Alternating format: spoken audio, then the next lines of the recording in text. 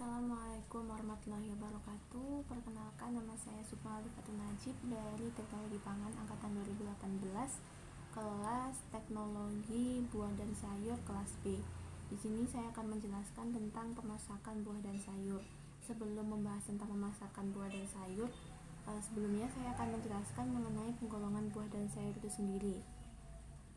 Yang pertama adalah buah klimaterik dan non-klimaterik. Buah klimaterik ini adalah buah yang dapat tetap berlangsung proses pemasakannya walaupun sudah terpisah dari induknya atau sudah tidak berada di pohon. Sedangkan non-klimaterik ini adalah buah apabila sudah terlepas dari induknya atau terpisah dari pohonnya, tidak dapat mengalami proses pemasakannya lagi.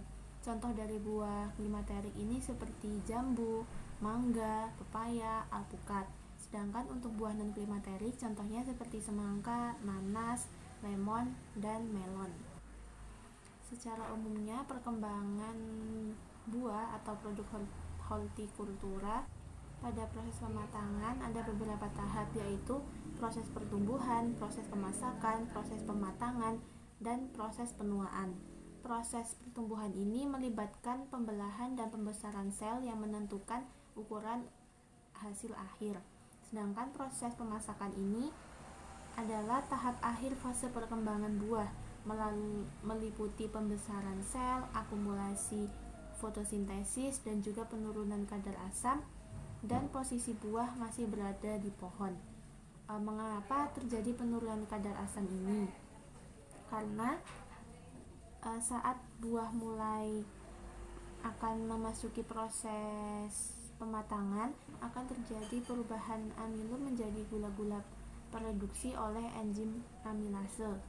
Kemudian tahapan selanjutnya adalah pematangan. Perubahan yang terjadi setelah fase pemasakan yang dicirikan antara lain melunaknya daging buah, terbentuknya karakteristik aroma, kemudian peningkatan kadar gula, dan perubahan warna. Kemudian yang terakhir adalah fase penuaan. Fase penuaan ini terjadi setelah pematangan buah. Pertumbuhan buah berhenti dan proses sintesis digantikan dengan fase perombakan. Membahas tentang pemasakan buah dan sayur lepas dari mengapa pemasakan buah itu penting.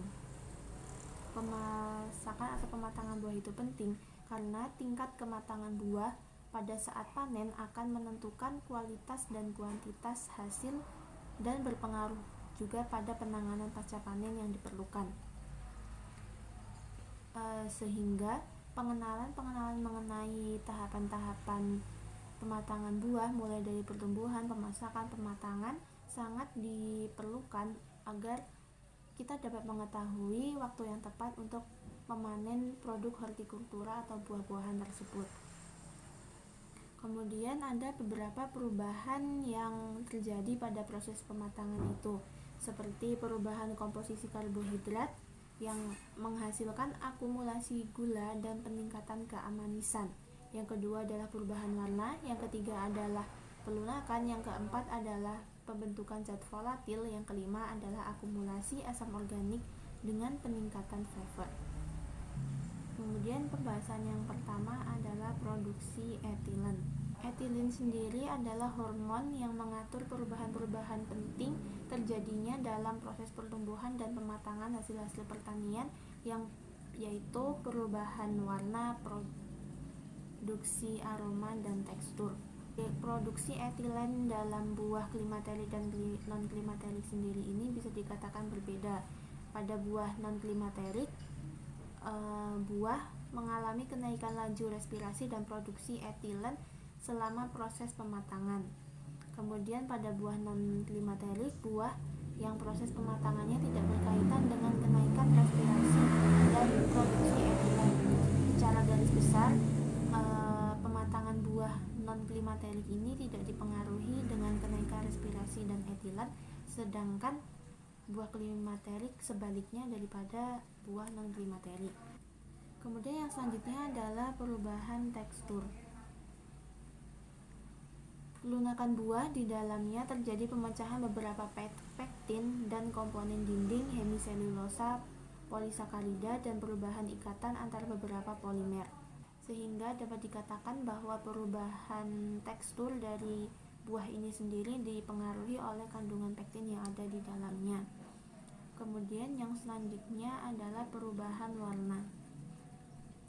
Perubahan warna pada buah umumnya diakibatkan oleh kehilangan klorofil dan peningkatan produksi pigmen kuning, orange, merah, dan ungu. Kemudian yang selanjutnya adalah perubahan warna dan flavor. Warna dan flavor ini dipengaruhi oleh beberapa faktor seperti kandungan gula dan asam dan senyawa volatil. Senyawa volatil di sini adalah alkohol, aldehid, asam, eter, terpenoid, dan senyawa aromatik. Kemudian perubahan rasa pada buah karena adanya perubahan dari senyawa organik menjadi gula sederhana, yaitu melalui proses degradasi. Kemudian yang selanjutnya, aroma pada buah ini dipengaruhi oleh senyawa volatil yang terkandung di dalamnya. Sedangkan odor activity value akan menunjukkan senyawa yang menjadi senyawa penting untuk memberi aroma khas pada buah.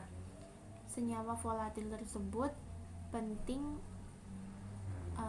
sehingga akan membantu industri dalam membuat sintetiknya, atau dengan kata lain, perisa-perisa sintetik yang dihasilkan oleh industri-industri dapat dihasilkan dari senyawa volatil yang didapatkan dari buah dan produk hortikultura lainnya.